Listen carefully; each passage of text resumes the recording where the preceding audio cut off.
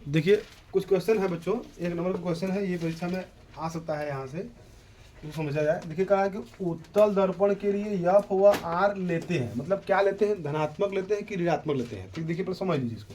कैसा दर्पण है बच्चों, उत्तल दर्पण। दिमाग में इमेज कर लीजिएगा, ए ऐसे रहेगा, उत्तल दर्पण ऐसे नहीं बनता है, ये कर लीजिएगा। ये क्या है, मुख्य अक्ष बोलता है, मुख्य अक्ष है। ये क्या है बच्चों, ध्रुव है। यफ यहाँ है, वक्रता केंद्र यहाँ पे।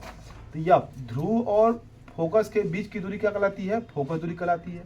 तो देखिए अब यहाँ इमेज कर लीजिएगा कि यहाँ मूल बिंदु है, इधर यक्स अक्ष है, इधर क्या है यक्स डैश, इधर वाई है, इधर क्या है वाई डैश। तो यक्स अक्ष में ना फोकस दूरी है, तो वो क्या होगा, धनात्मक होगा। तो फोकस दूरी क्या हो जाएगा, धनात्मक। तो भैया उधर वक्रता केंद्र भी है, तो उधर उसकी वक्रता त्रिज्या होगी। यहाँ से यहाँ की दूरी क्या हो जाएगी, वक्रता त्रिज्या। तो ये भी क्या होगी, दोनों धनात्मक होगा। विकल्प यही दिया रहेगा, अपन टिक कर देंगे। फिर कि यफ और आर में संबंध होता है, तो दोनों दर्पण के लिए। तो यफ और आर में संबंध क्या होता है, यफ बराबर आप r/2 लिख सकते हैं, या r बराबर 2f। देखिए यानी कि फोकस दूरी वक्रता त्रिज्या की क्या होती है, आधी होती है। फोकस दूरी वक्रता त्रिज्या क्या होती है, आधी होती है। या वक्रता त्रिज्या फोकस का दुगुना होता है। देखिए ये भी लिख के आता है, कोटेशन लिख के आता है ना।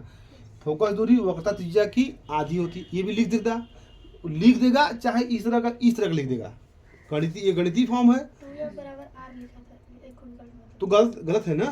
तो 2 को इधर 2 बराबर r लिखा है तो वो सही हो जाएगा। 2r बराबर f रहेगा तो गलती हो जाएगा। देखिए कंफ्यूज करने के लिए याद रहेगा, 2 गुणा होता है किसी न किसी में, अब बस देखेंगे फट मार के खाली हो जाएंगे।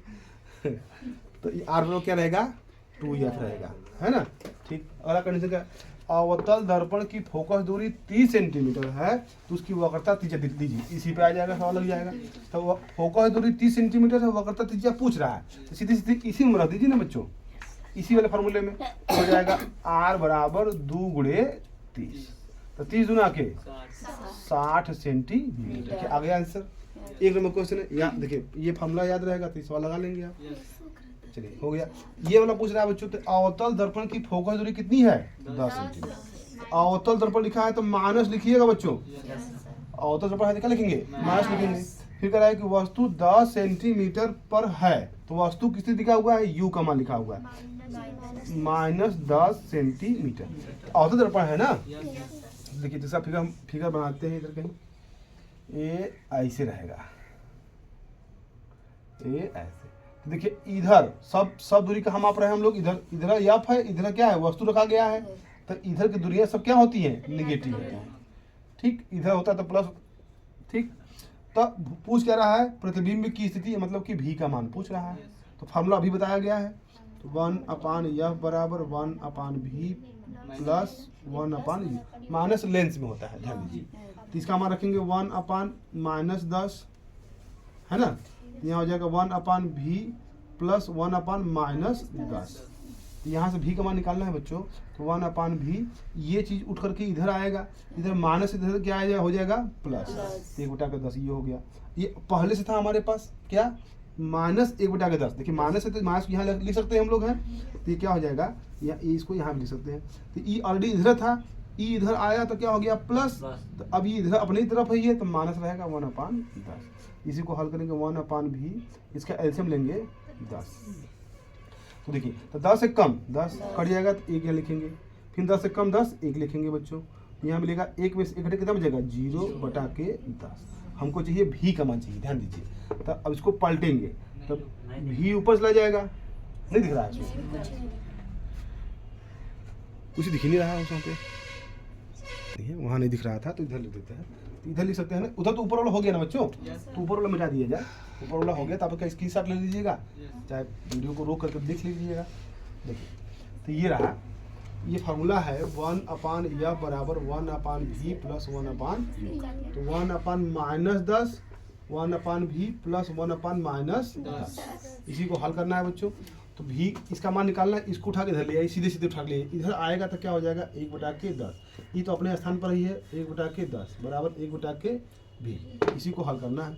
तो इसका एलसीएम ले लेंगे 10, 10 से कम 10, 10 से कम 10, 1 1 कम 1 हो जाएगा, 1 बटा के बी, 1 में से 1 घटेगा क्या बचेगा? 0। तो 0 बटा के 10 बराबर 1 बटा के बी।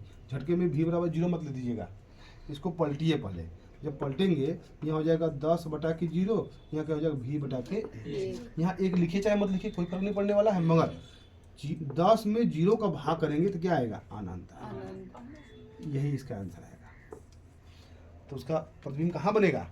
अनंत। अच्छा ये समझिए, क्वेश्चन लिखा था यफ का मान क्या लिखा था बच्चे बताइए तो? -10 लिखा है। वस्तु कहाँ है? मतलब कहाँ वस्तु है? फोकस पर ही वस्तु है। तो हमने बताया था अभी फिगर में कि जब वस्तु कहाँ हो, फोकस पर हो, तो प्रतिबिंब कहाँ बनता है? तो बिना सवाल लगाए ही उसका आंसर आप लिख सकते हैं। सोचिए हो गया ना? बिना सवाल लगाए फोकस दूरी क्या है? देखिए अच्छा फिगर में क्या बनाएंगे आप? फिगर में यही ना बनाएंगे। फिगर में देखिए आप, फिगर में ये है, यहाँ पे यफ है, यफ फोकस दूरी यफ दिया हुआ है, इसका मतलब कि इसकी दूरी दे दिया। फोकस दूरी ये नहीं होता है यहाँ से लेकर के यहाँ तक की दूरी दे दिया। तो ये दिया है, कितना दिया है? -10। इधर होगा वस्तु कहाँ रखे हैं? तो यहाँ से ध्रुव से दूरी, ध्रुव से मापते हैं ना, वस्तु की दूरी ध्रुव से मापते हैं। तो ध्रुव से 10 सेंटीमीटर दूर पर, यानी कि वस्तु यही देखी गई है, यहीं पे वस्तु है, -10। तो कहाँ पे वस्तु है? फोकस पर। तो प्रतिबिंब कहाँ बनेगा? एकदम सही है। ठीक हो गया आंसर।